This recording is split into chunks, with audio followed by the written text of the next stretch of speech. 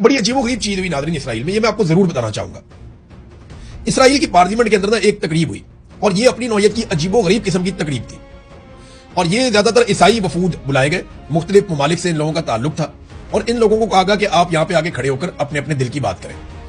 ये लोग आते थे, आंखें बंद करते थे और फिर अल्लाह से माफी मांगते थे। यही अपने मदहब के मुताबिक वो सारा करते थे। मैं आपको चंद लोगों की बात, एक जर्मन शहरी है, वो आया, उसने रोना शुरू कर दिया। उसने कहा, ए मालिक, मेहरबानी फरमा हमें उन तमाम कामों के लिए माफ कर दे जो हमने किए और जिनसे इसराइल की हमायत नहीं हुई। ये इसराइल ने अपनी पार्लियामेंट के अंदर ये प्रोग्राम करवा दिया। फिर एक कोरिया की खातून आई इसराइल में, इसी नदामत की तकरीब में जो कोरिया से खातून आई थी, उसने कहा कि ए बाप, कोरिया की कौम को माफ कर दे जिसने इसराइल के खिलाफ बात की है या उसकी मुखालफत की है। फिर एक बरतानवी वफद आया, उसके साथ एक साहब मौजूद थे, उन्होंने कहा कि ए बाप, चर्च को खामोश रहने और उसके नतीजे में जो कुछ हो रहा है इसमें शरीके जुर्म होने पर माफ कर दे। क्या तू हुकूमत और चर्च दोनों में हमारे रहनुमाओं के दिलों को हमारी कौम के लोगों के साथ दोबारा अपनी और अपने कलाम की ताजीम की तरफ मोड़ देगा ताकि एक कौम के तौर पर हम एक बार फिर इसराइल और यहूदी लोगों के साथ हमायत में खड़े हो सके और उनके दोस्त बन सके।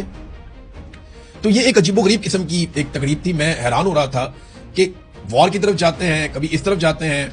थोड़ा सा पहले मैंने डोनाल्ड ट्रंप को देखा, जब वो बहुत इस्तराब में था तो उसके कंधे पे हाथ रख के बहुत सारे मजहबी किस्म के लोग खड़े हुए थे और वो अजीब किस्म के नारे लगा रहे थे। कोई मजहबी किस्म का उनका वो सारा रुझान था। अब ये उनके अकायद है, वो उसको वैसे कर सकते हैं, हर कोई आजाद है, लेकिन ये फ्रस्ट्रेशन बाद औक़ात जाहिर करता है उन लोगों की जिन्होंने दुनिया को जंग के अंदर फंसा दिया है। फिलहाल इसराइल के लिए वाकई डोनाल्ड ट्रंप की बात ठीक है कि नफरत में इजाफा हुआ है और इसराइल को नुकसान हो रहा है।